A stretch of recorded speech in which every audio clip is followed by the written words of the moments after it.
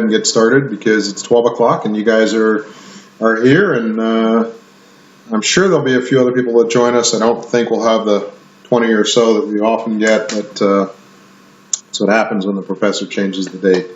So anyway, we're jumping into Unit 6. I think timing-wise we may actually be sort of wrapping up Unit 5 or getting into Unit 6 based on the schedule, but we're going to move ahead a little bit here. And what we're going to focus on today is primarily really kind of looking at the relationship between supply chains, if you will, process, inventory, and forecasting. Kind of link those together. And I'm going to actually start by cycling back to something we covered a month or so ago, really the relationship between process, bottlenecks, and inventory. And if you remember, I brought up the book called The Goal. The Goal. And a number of you, I think, might have been a discussion question, but, you know, Elihu Goldratt, who was kind of a operational guru, passed away some years ago, but he'd written this book about 30 years ago, and it was one of those great breakthrough books for me when I was quite a bit younger, fairly early in my career, that really helped me to get my mind around really quality management in general, and especially process. Really opened it up so that I actually was tasked with the responsibility of developing a call center. And it really, reading The Goal allowed me to better conceptualize and understand what I needed to do in order to make that happen. So anyways, let's move forward. So I encourage you to read it. And if you remember correctly, I broke it into sort of three simple steps. Step A, maximum output of 90 units. Step B is a maximum output of 120. Step C is a maximum output of 60. And it really doesn't matter what the units are. They can be cars, they can be, forms that are being filled out. In the U.S., we just had tax day, and it could be tax forms. It could be virtually anything. Capsules, pharmaceutical drugs, capsules, pills, if you will. Number of hamburgers processed in a Quick or McDonald's. It really doesn't matter what it is. So we don't get hung up on that. Instead, we look at the fact that it's a three-step process and that there's a maximum output at each of the different steps. And what you're processing is some kind of material. We refer to it as raw material in this diagram, but it's something of lesser value that you're adding value to. Okay? And so at each step, you go through and you add a certain kind of value. Otherwise, why are you doing the step, right? That's what you always have to be asking yourself. If it's a waste of time, if it's a waste of money, if it's a waste of effort, why are you doing it? And that's something that should be constant in our thought processes as business people. Why are we doing it? And so, we take the 90 units of raw material, we process them in step A, and we get 90 units on the output. And that 90 units of output then becomes the input for step B. And step B can handle 120, but 90 is all we have to provide as an input because that's all we had as an output from step A. And so we process the 90 units. And we talked previously about some of the challenges you might run into because it can do 120 and 90 is all it has. And so there's clearly a bit of a disconnect there, potentially, if you allow it to be. Anyways, the 90 units of output from B, because that's all you had as an input, so that's all you're going to be able to process, become the input to C, and here's where we run into interesting issues, right? Step C can only process 60 units of whatever it is that you're processing. So now we got a problem. Now we have 30 units too many as the output from step B, and so that becomes some kind of excess inventory. And what is excess inventory? What is inventory? What's a four-letter word that I like to use for inventory? Excellent. Cost. Very good. Yeah, it's not that it's bad per se. It's that if it's excess and it's not being converted into something of greater value, then it is bad. It's money that you've invested that you're not getting a return on. So it has no inherent value, so why do you have it? So you've got to be careful about that. It piles up, and it's not just the cost of the material, it's the cost of the space that it takes up in the production floor that could be used for converting other things, or space that you don't need So why do you pay for it? Why do you lease it? Why do you buy it? Why do you rent it? Why do you maintain it? Why do you have a certain amount of utilities that go into heating and cooling it? Why do you have people that are over there moving stuff to it? So there's all kinds of additional costs associated with the inventory besides just the original expense of buying whatever it is, and the processing costs as well. And so, you've got something there. So the output, 60 is all you can do. So if you can only do 60 as your final output from this 3-step process, then logically, that's all you should try to process at all. You should not try to overproduce. So again, overproduction is a waste. Think of the lean management, the 7 types of wastes, overproduction being one of them. So you end up with 60 units in your finished good inventory. And so which step is the bottleneck or the constraint of the system? I think you can see it's step C. It is the one that should control, it should dictate, it should determine what your maximum capacity is. Now, we've said step C is the constraint. It's the one thing that should control or should limit or should be the thing that guides you towards what your input should be, what your inventory should be, so that you eliminate as much waste as possible. What should really determine your maximum capacity for this production line? What source of information do you need that should really help you determine whether 60 is the right number, 120, 90, or some other information? Demand, exactly. Specifically market demand, right? The demand from the customers. That's what should be used to determine what your production capacity is, what your value-added capacity is for the entire production process. Very, very good. Now, looks like it's a one-person show here, Alex and I going back and forth, right? So any excess production beyond the input to step C becomes a waste, excess inventory, but again, we should really align it with the market ultimately. The thing you have to watch out for is measurements, and I alluded to this a moment ago, but when I said you have 90 units input into step B, and even though step B can do 120, you have 90. The thing you got to watch out for is if you have like a manager or somebody, a team that is being compensated based on efficiency, and if it's 100% is what we need 100% efficiency. You're never going to get there with step B, right? And even step A, if you're sizing things around the output of step C, or better yet, aligning it to market demand, you're always going to have problems with efficiency. You're going to have some machinery that has more capacity than it needs, typically. And so, you've got to be careful about using those kind of measures to drive the behavior of your team, because the team will always try to achieve whatever it is you try to measure. And so that can lead to, a real disconnect. So that was meant to be kind of a quick refresher. Let's shift our focus and dig a little bit deeper into inventory. And, really the key question related to inventory is how much do you need at a specific location at a specific time in order for us to really, I say maximize returns, but that's another word for saying to really fulfill the demand that's available to us. So how much do we need of a specific type of inventory at specific places at specific times to really align with demand? That's what we're looking for. We want to make sure that we have just the right amount, not too much and not too little. Too much is a cost that we're going to incur. We're not going to realize the revenue. We're not going to realize the benefit from that because we've got too much.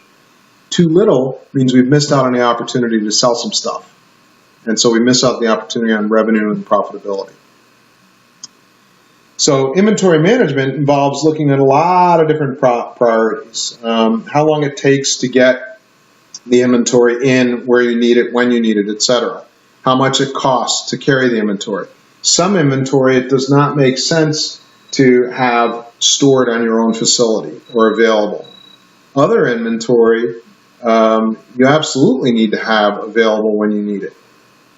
And then there's, of course, benefits to buying larger lots of inventory, maybe lower costs, and storing them. The storage costs are less than the actual overall cost of not storing them, if you will.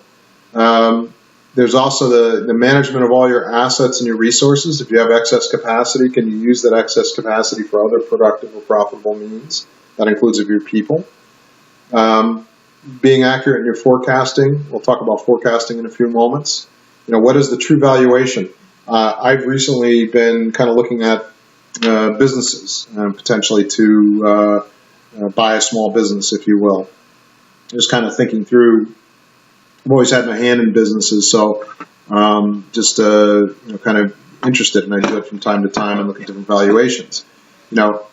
The seller wants to value the inventory that they have in their business based on the market price. As a buyer, I want to value their inventory based on the cost or the price that they paid for it, less any depreciation. And there can be a huge difference. Instead of let's just small numbers, but let's say a seller has an inventory that they value at $50,000. I may value it at 25 or even lower. And so, that's a big deal. Inventory visibility. What is, where is it? How available is it? What kind of pricing might there be? Look at commodities. Commodities go up and down all the time in prices. And so, that's why in the U.S. there's the Chicago commodities market. I think in Chicago, maybe one in New York too. But they are all about global pricing, and you have earthquakes and other El Nino and global warming and all that kind of stuff, and how is it going to impact the growing of corn or the production of other items, etc. in the future. That's something that they look at constantly, and then they try to anticipate what those prices might be. What kind of inventory do you actually have on hand? You have the space for the inventory. Do you have it yourself? Do you outsource it? Use a warehouse, etc. What about quality management? Do you, for some items, quality is so critical that you have to check every single item. Other items, you only check periodically to see if they meet. Do you have quality suppliers? Replenishment. How easy is it for you to get stuff? And then, of course, what do you deal with defects and that kind of stuff? So, a lot of different things that you're looking at. I'm sure there's other things as well. When you boil it all down, some of your main concerns are related to the timing. Again, we need the inventory when we need it, not a moment before, and not a moment later. And also, the uncertainty relative to the market. We can have certainty for a moment. We cannot have certainty for a long time. So, what are the risks involved? And then economies of scale. How big is the opportunity now in the future, and how much inventory should we take on? I know. I remember a small business guy who was a photographer, but he had invented this way to, a small attachment, quick release attachment for a tripod for his cameras. And he purchased 10,000 of them, and he sold about 100. And he purchased 10,000 because he expected the, big market opportunity. He got all excited about it, talked to a few people. They said it's awesome. And ended up maybe selling about 100 of them and didn't even come close to covering his costs. But 100, he realized that he needed to buy a whole bunch to get a good cost from the supplier. And so, just an example of kinds of crazy things that sometimes go on. And I know of other examples like that as well, where sometimes you just purchase these crazy amounts and you sell a little bit. Sometimes you get lucky, and even in selling a little bit, you break even. There are a number of different accounting classifications that are fairly classically used. Raw material inventory, referred to as RMI. Work in process, this is raw material stuff that's being converted and worked on and further processed. And then there's the finished goods inventory. So, you're whatever it is, the item that as it comes off the production line is now available or nearly available for sale. It may need to be packaged. It may need to be shipped to a better location, etc. And then you can also look at it in terms of stock, in terms of items that you have that are ready to be used at any point in time in the production process. Buffer stock, safety stock, shipping stock. So different categorizations of inventory, and there's others as well. From a manufacturing point of view, they're interested in several things, including inventory turnover ratio. And again, I'm not going to go into the details on these because they're not necessarily relevant at this moment. If you need it, you'll dig into it as you need to. And then also average days to sell inventory. These are both items that we would use. I remember when I was working for Schneider Electric and working closely with the manufacturing folks, we use these pretty clearly just to help us make sure that we were doing everything we could to align the amount of inventory that we had with the market demand. And we didn't want to have too much inventory because that was a cost that we did not want to carry. But plus it was a software-related product and we had frequent updates, and so we had to be careful about having too much stuff sitting around that needed to be updated periodically. There's a number of different business models that impact inventory, and it's not necessarily that these are standalone. Sometimes they can be integrated and work well together depending on the nature of what you're trying to do. There's just-in-time inventory, which is something that fits well with all the philosophies that Deming and Duran and the folks at Toyota integrated. Making sure that you have, as the name implies, making sure that you have the right material available at the right time where you need it, and that you don't have too much. If you have too much of something, it increases your costs of maintenance. Also, let's say you have a quality problem with some of the inventory. Maybe there's defective parts. If you order it in smaller batches, usually you can identify the problems more quickly because you're only looking through maybe 100 items instead of 1,000 items to find the problems. And you can also fix them more quickly at a lower price point because, again, it's a smaller batch, so you don't have to worry about all the costs associated with larger batch sizes. Vendor managed inventory, which means that the company that is selling the material to you actually comes in and manages your inventory. So they may, I know of companies that would have desks for the vendor, for the supplier, in their warehouses. And if it's a large enough supplier, then what the sales rep would do is sometimes be located in that facility full time. And all day long, they would be making sure that the customer had the right parts available at the right moment that they needed them. And so the vendor is actually managing the inventory for the customer. On the other hand, there's customer managed inventory where the customer takes full responsibility for making sure that they have all the parts they need, when they need them, where they need them, etc. And so just different philosophies. Common management approach, not the only one either, but there are A items that are very important for an organization.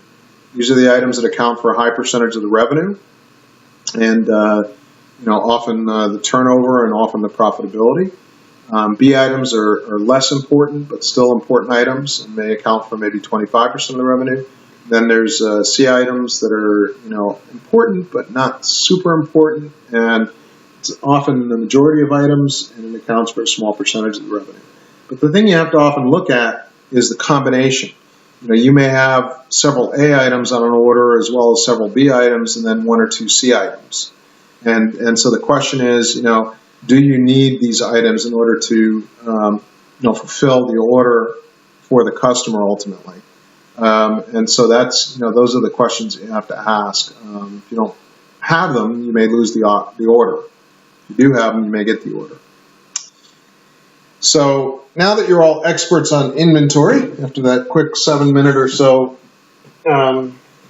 review, let's dig a little deeper into this whole area and get into one of my favorite topics. I spent 7 years within Schneider forecasting products. I developed a 15 worksheet spreadsheet that had all kinds of charts and graphs and tables, and could produce unit volume output as well as pricing output and costing output and other kinds of things for particular product lines. And I had refined it over the years using a number of different approaches. So a lot of this is sort of based off of what I had done way back when. But we spent a lot of time on forecasting because we're trying ultimately to understand or to predict what we think is going to happen. What we think is going to happen in the future for a particular product or service. The reason we do it is so that we can do a better job of making decisions related to the operational side. And this includes what kind of people we need to hire, what they're going to be doing, when they're doing it, what kind of inventory, again, connected to the inventory we need in order to fulfill the orders and be able to align with the market demand, and what kind of money do we need to be able to pay for all these things. And so, I think from salaries to lease to utilities to the inventory costs to the, et cetera, et cetera, et cetera. And so we're trying to do the best job we possibly can on predicting the future. A lot of uncertainty, and so we're trying to narrow down the uncertainty, and we're trying to look at all the different things that impact risk. And so, it requires a lot of deep study. I spent a lot of my time on forecasting. It drove a lot of decision making, and it was a very, very critical thing for our business and for all businesses. And so, when you spend a lot of time forecasting, what you're doing is you're trying to gather as much information as you possibly can from the sales force, from your customers, from competition, from trade publications, from, certainly these days we use the web for almost everything. We're trying to really gather a lot of stuff. If you have the opportunity to forecast, it's an opportunity to become an expert on your industry in a way. And, that's what I found, is that I started to become a resource for other people who wanted to know other information about some of the trends. What are the technology trends? What competitors are making what moves? What do the next 3 to 5 years look like based on, some expert analysis? Not my expertise necessarily, but the expertise from other folks that I might be studying or in contact with. And it's all about trying to do the best job possible on managing those risks and reducing uncertainty. And so, we would take all this into account and then try to come up with the best prediction. And it's an ongoing time series, right? So you have a predicted set of values that you usually use to predict up to a certain point in time, say 6 months to a year ahead maybe. We like to work in calendar years and month-to-month basis and all that stuff. And then you have the actual of what's happened. And, then you're making adjustments as you move along. Remember the statistical process control and the use of ranges. While we can apply that to our forecasting models as well, we can, attempt to try to establish a range by which, we think our prediction will hold true. When I took over the forecasting, it was in 1989 for this group, our range, in other words, what we predicted the next month might look like for sales, varied by 50%. So let's say that I could predict that we would sell $1 million.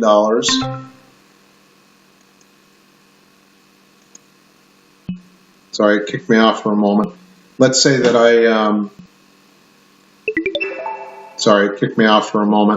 Let's say that I predicted that we would sell $1 million, next month.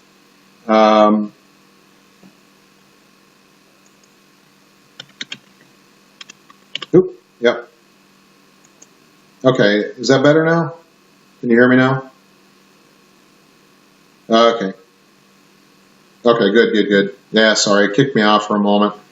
Okay, so, here's how it would work. I would predict that we could do $1 million in sales next month, in May, let's say. And then the prediction would come through, the actual values would come through between $500,000 and $1.5 million. And so my upper limit, lower limit were about 50% of the value, and that was my range, plus or minus 50%. Not very accurate. You scaled it up, and let's say you're an automobile company and you want to predict how many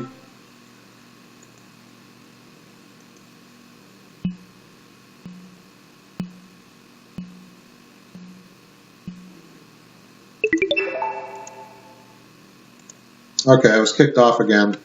So automobile company wants to predict how many cars they should make in the month of May.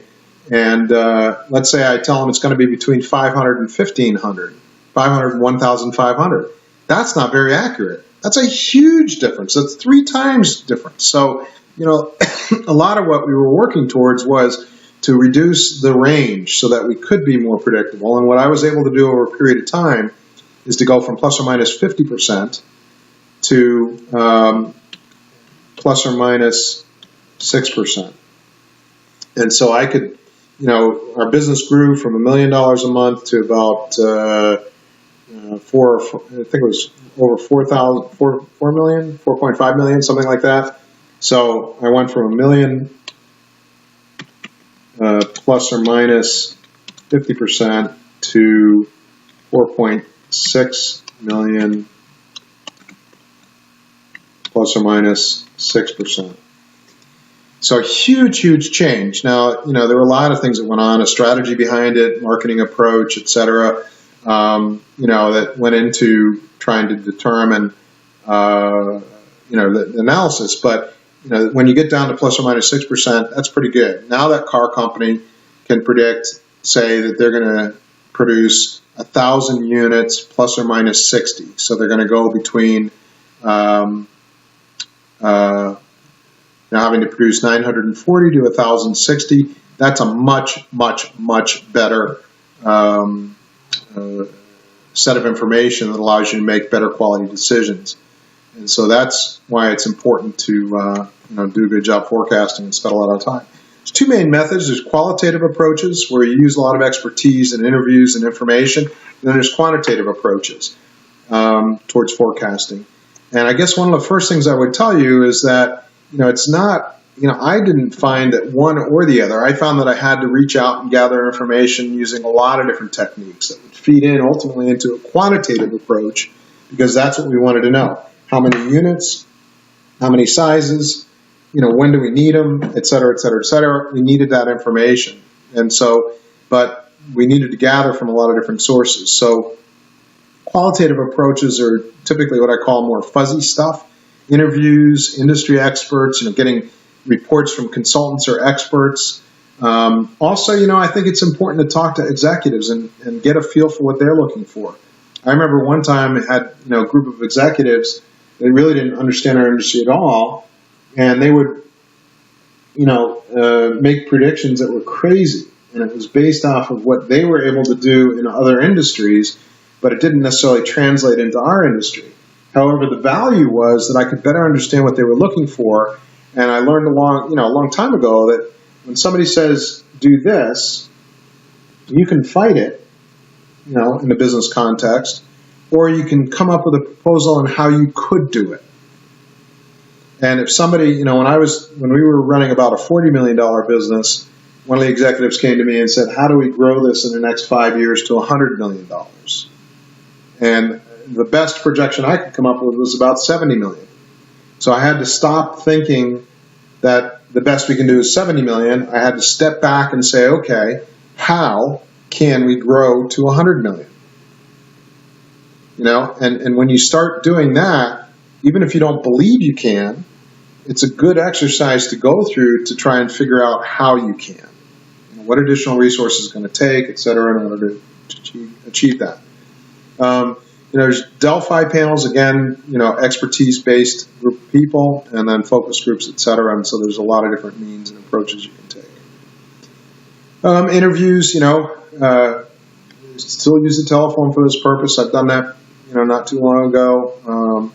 And they can be planned or they can be free-flowing. Again, consulting reports, a lot of different reports available out there.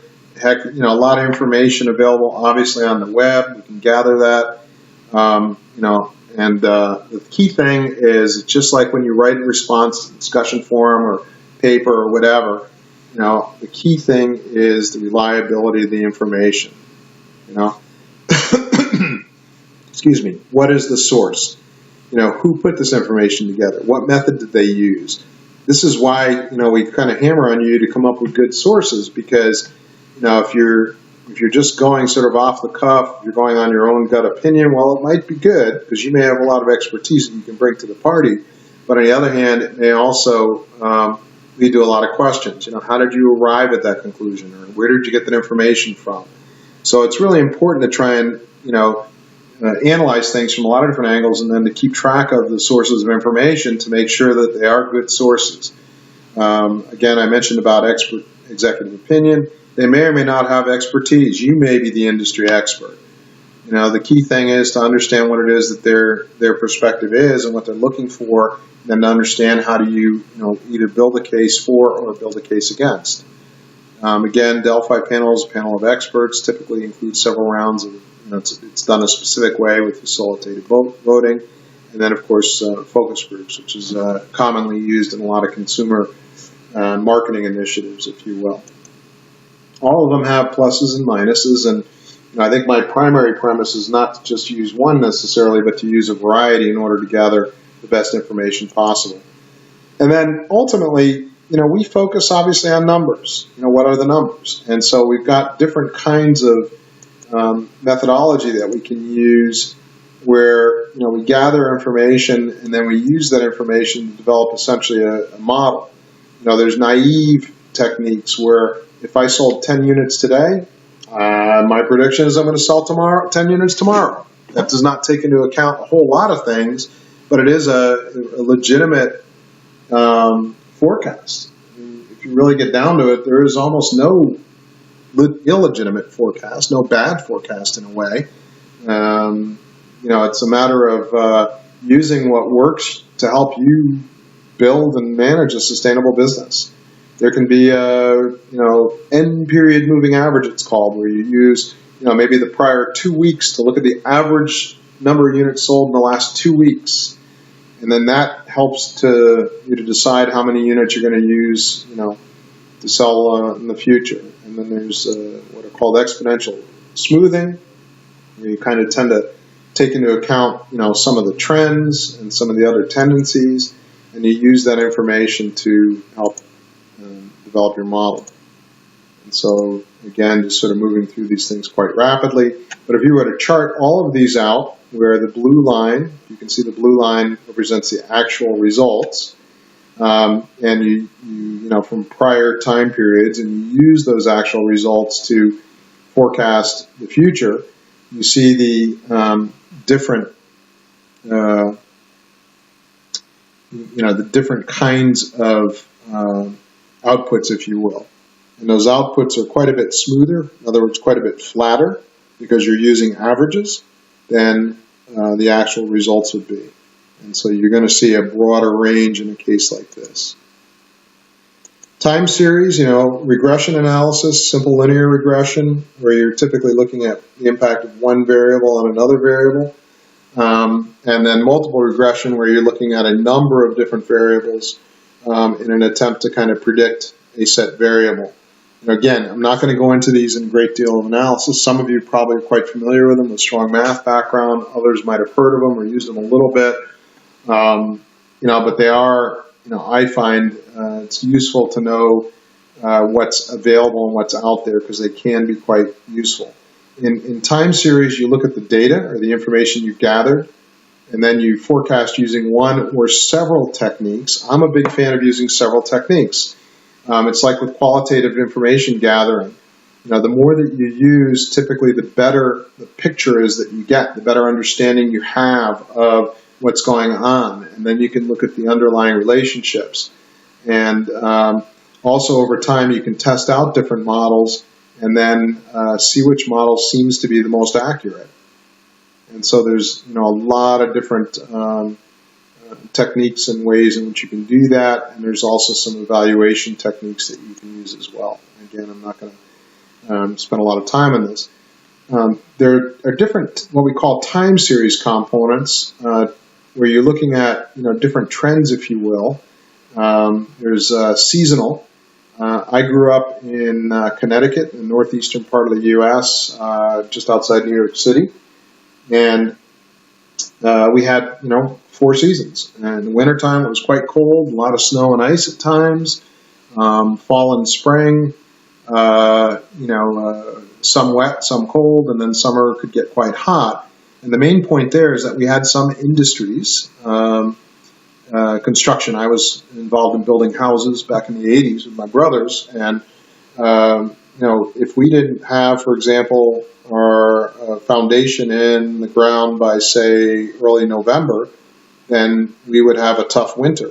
And because we were building houses, if we couldn't get the foundation in the ground, then the ground would get too cold, it would get too hard, it would be hard for us to pour a proper foundation and do a basement and build our house. And so, that happened to us one winter, and I didn't make much money that winter because I didn't have any work to do because we'd missed the timing. And so, those things are very real. There are cyclical industries. Think of, vacations. Again, more recently I've been living in Tanzania. Safari. It's very, very predictable when the high seasons are for safari. Christmas time tends to be very high. Summertime, July and August tend to be very high. And then there are other periods, like in April, you may have some spring break activity, and there are some other times when you may get spikes in activity, but you're going to have, very predictable patterns that are worth looking at.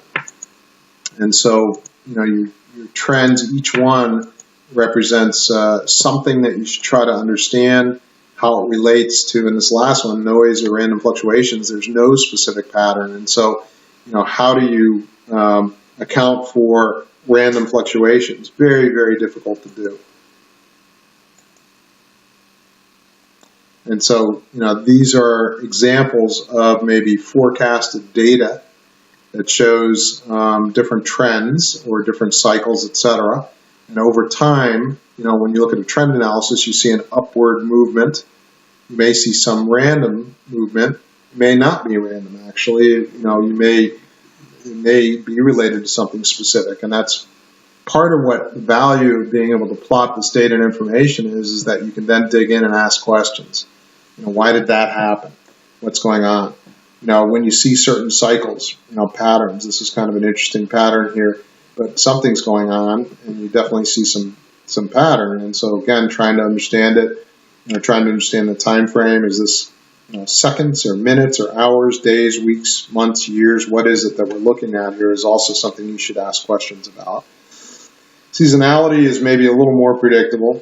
This is quite smooth. It may not be quite so smooth. And then you have, some combination where you have trends, upward trend overall with a seasonal pattern. So, housing model, for example, over time, you can expect that more and more houses need to be built. Why? As long as the population is growing, that seems to be the case. So, trend model, you might fit curves, try to see what works. Excel's got some tools and capabilities to allow you to do that. And if you can find a mathematical model that allows you to integrate some different things that can then be fit to a curve of actual results, that may be a good, useful way to do it. Regression. I like regression. Not necessarily to plug in the values mathematically, but conceptually to think through what are the things that are most likely to impact our results. We know that temperature. If you're in the business of selling sweaters and coats, the temperature might be something that you really want to study and understand. If the predictions are that the next month is going to be quite a bit cooler than it typically is, then that may lead you to keep a certain number of sweaters and coats that you normally might start storing away for the summertime, keep them on the shelves because it may be colder. If it's going to be particularly rainy, notice what happens at shops when it's raining outside, raining a lot.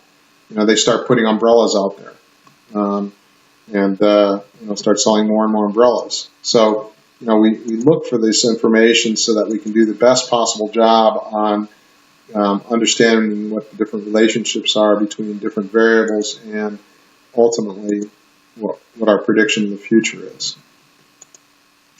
And you can also, there's ways to try to pull apart the variables and modify them and change them. Again, This is not a course that's designed to go into the math of this. I've done it before a lot in the operations course, but don't necessarily find it valuable unless you are specifically going to be forecasting and doing some of this yourself.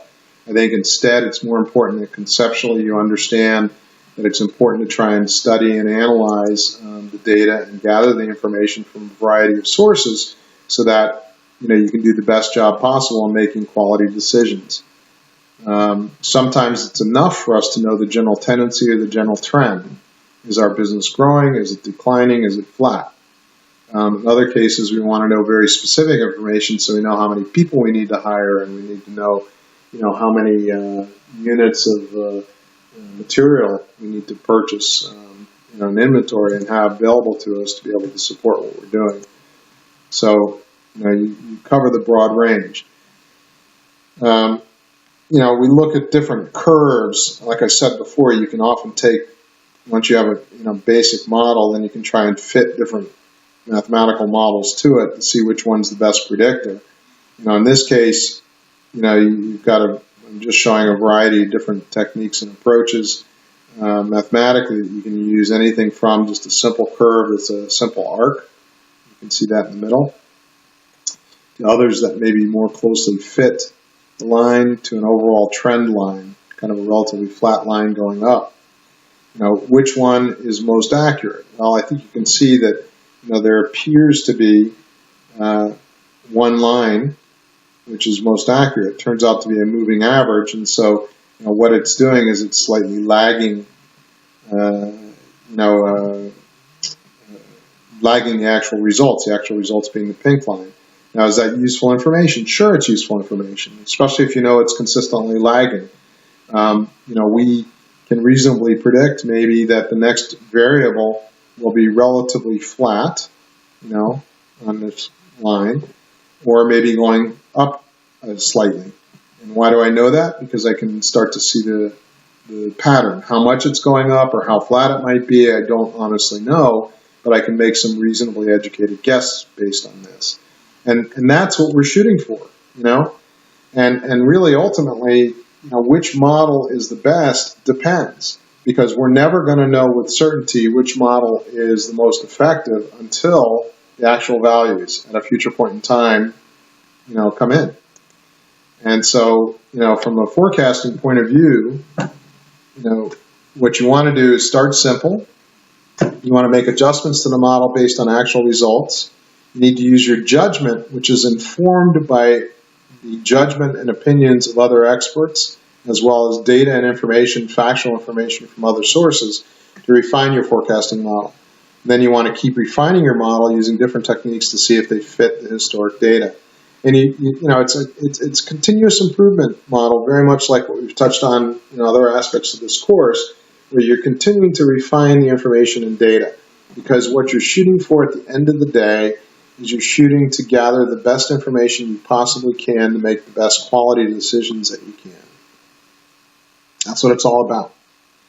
And you're never going to be 100% right all the time. In fact, I would argue most of the time you're not going to be 100% right. It's virtually impossible. But you can be pretty close. And if you pay attention and if you keep refining your model, then in general you should be effective at over time developing a forecasting model that people come to count on for its general reliability and predictability. So, kind of summing this up, I'm going to end again early today. Relationship between market forecast and inventory. The market, again, you always want to kind of know what's going on in the market. You want to know, is the market growing or staying flat or shrinking? What is the relative volume as it relates to what you have to sell or offer to the market? From a forecasting point of view, how accurate is your forecast? What are the risks involved relative to the market that you need to account for? And then also, from an inventory point of view, having the inventory available and knowing what the costs of having it available, as well as the costs of not having it available, are, so that you can make the best quality decisions possible. And that's it. That's all I got today.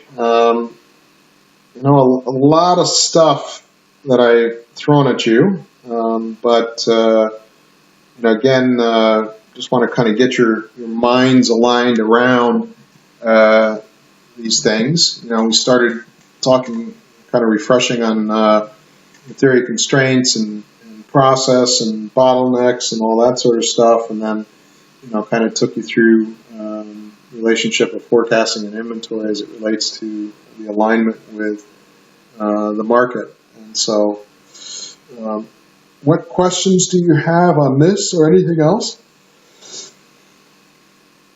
And if not, then I will. I'm recording this twice. Serge is recording it, but I know that apparently the file last week was corrupted. So I'm also trying to record it as a backup in the event that it doesn't come through.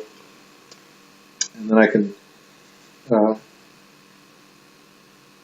post it if I need to.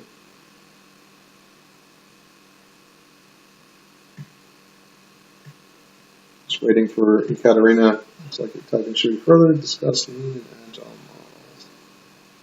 models? In what context are we talking about? Give me a, for instance, or a specific. Maybe might help you better understand what you're asking.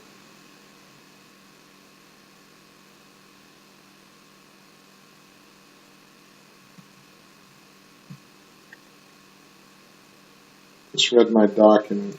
Which document? Sorry, uploaded.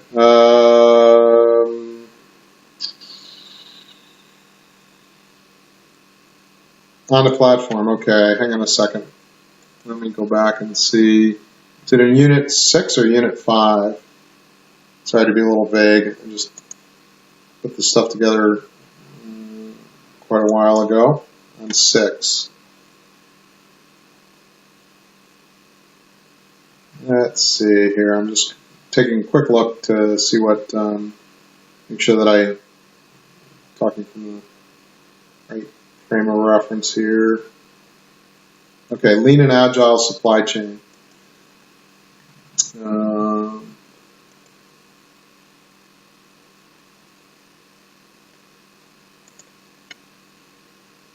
Let's see. There we go.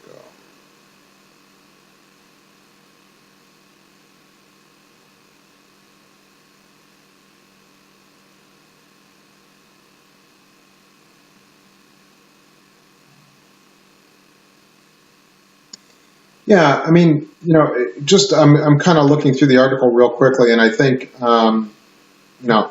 there's a couple of things that stand out to me when you get into lean and agile a bit. Traditionally, you have manufacturers that, well, I'll give an example, my own experience. When I worked for Schneider had certain divisions that were dominant in their markets. So I worked for a company called Square D, and Square D had 43% market share of certain products and was, the industry leader in those product categories. The next closest competitor had 20% share. So Square D kind of determined pricing in the industry, if you will. We were the preferred brand. We tried to command a premium of at least 3% on everything we sold. And this is against Siemens and GE and, other big competitors, right? But Square D had a dominant position in the U.S. Outside the U.S., they were nothing, but in the U.S., very dominant. No surprise there. Siemens probably similarly in Germany and, Schneider of course, in France. And so, you have things like that. And what we could do is we could determine a lot of what happened in the industry. Our quality defined things. Our prices defined things. The innovations we came up with defined things. That's what customers wanted. And so we were sort of more of a traditional manufacturer in that way. And it worked for a long time. You could argue for about 100 years it worked. And then it started not to work because other clever competitors started to come up with either better quality or different kinds of solutions, etc. And what that did is it disrupted things. Instead of the manufacturer being the one that could kind of control how much supply was out there, and that demand sort of had to align with the supply, suddenly things were turned around. And now the market, thanks to the competition that was changing the nature of the market, was demanding that there were more innovations and more change to the technology and at a faster pace than companies like Schneider or Square D were used to. And so, what would happen is a small competitor would have their entire supply chain lined up so that it was adaptable and could adjust using some of these different techniques. Square D might have a lot of inventory. They might have bought a ton of copper, tons of copper, because they could get it for a good price, and their philosophy was to have it, sitting in a warehouse somewhere, available for when they needed it. Another competitor, on the other hand, might say, we're not going to use all that copper. What we're going to do is we're going to use some kind of copper alloy or aluminum, and we're going to get a similar performance but at a better price point. And if we need copper, we can always adjust our mix and change our materials and all that sort of stuff and make that work too. But we're also going to partner with different copper suppliers. They're going to maintain the inventory. When we need it, we're going to work with them so that they get it to us the way we need it, when we need it, just at the right moment in time. And maybe we pay a little bit more money for it because we're not buying quite as much at the same time, but overall we're not buying a ton. And by the way, we're not carrying the costs. We don't have to have the warehouses. We don't have to have the staff. We don't have to do all the other kinds of things. And so the idea is that the concept of applying lean techniques and eliminating waste also applies to supply chains. And it does ultimately lead to more agility, more flexibility.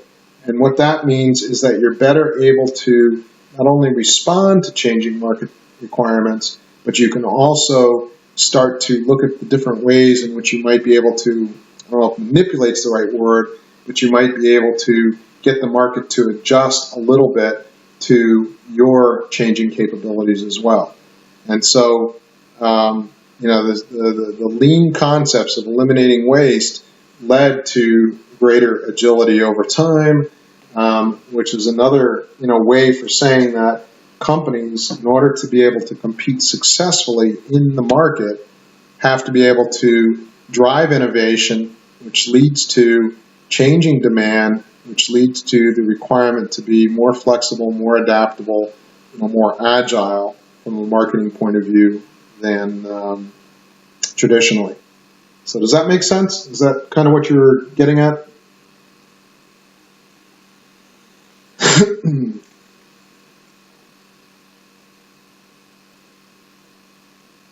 You've combined both according to fluctuations of demand. Absolutely, and I think that's the key thing. The key thing is, to me, is, and if you remember when I started this course, I said there were three things I like to focus on. One is how value is added. Two is continuous improvement, and the third thing is demand. The market. Don't forget the market. That I don't care what job you're in, finance, you name it. Know your market.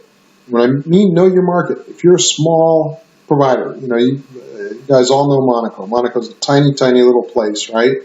If your market is the people that come in on the cruise ships once a day or once every couple of days, and that's who you're targeting, know what it is they want to buy, know what their spending behaviors are like, know what time they show up. Do everything you can to align your business to support your interaction with those customers and to encourage as much sales as possible with those customers. That's what you want to be able to do. On the other hand, if you're dealing with a global market, well, guess what? It's a hell of a lot more complex because now you've got a lot of different sub-markets that you've got to concern yourself with that are going to have their own patterns. And so you've got to be able to understand that and pull that apart and if you want to maximize your revenue and your profitability. It can get really complicated really quickly, right? So you have to gauge, how much really is of value, et cetera, and then make decisions based on, the cost-benefit analysis, if you will, of analyzing and using data and information to make good quality decisions. But it all starts with understanding the demand patterns that exist in the marketplace, and then aligning your business to support that. The other thing that a lot of companies, did traditionally is, they kind of got caught up like Henry Ford did. Classic example of, a company 100 years ago that was really creating a new industry and also, establishing an industry that was oriented towards the middle class. Came up with a Model T, right? And more importantly, came up with a production line. And they would produce as many Model Ts as possible, every day, all day long, at a price that was affordable to the quote-unquote common man, if you will. I think it was around $600 or so. And, they were driving demand as a manufacturer, not the other way around. And at some point, that obviously flipped as you got more competition and more choice, and, people were looking for more variety. So, it's good question, though. Thank you for asking. What other questions do you have?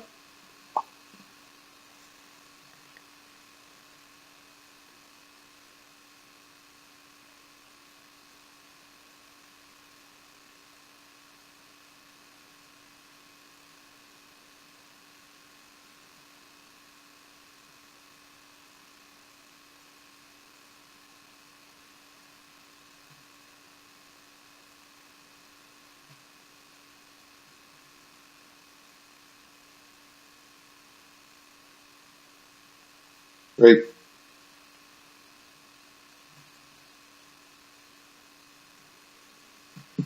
All right, well, that's pretty much it for today. Again, I think I noticed a few messages sent to me over the platform. I am not good at checking those. I don't see them. I just go right to the course usually. So if you've sent me things, please, please, please send them to my email, wlightfoot@monaco.edu. I know I'm a little backlogged on a couple that I need to answer, but if you've gone more than a couple of days, I'm usually pretty responsive if I get the email. I'm not so responsive if we go to the platform. In fact, I'm pretty bad at it. And I'm just being truthful because I seem to have missed a few messages there. And otherwise, keep up. Remember, you got to finish off the discussion questions, and we're getting down to about 5 weeks or so left, maybe 6 weeks left in this course. I know that might seem like a lot, but don't forget your capstone project. And if you have any outstanding IAs or IPs, you've got to do one of each in addition to the discussion boards, so please finish that up as well. And other than that, have a great rest of the week, and thanks.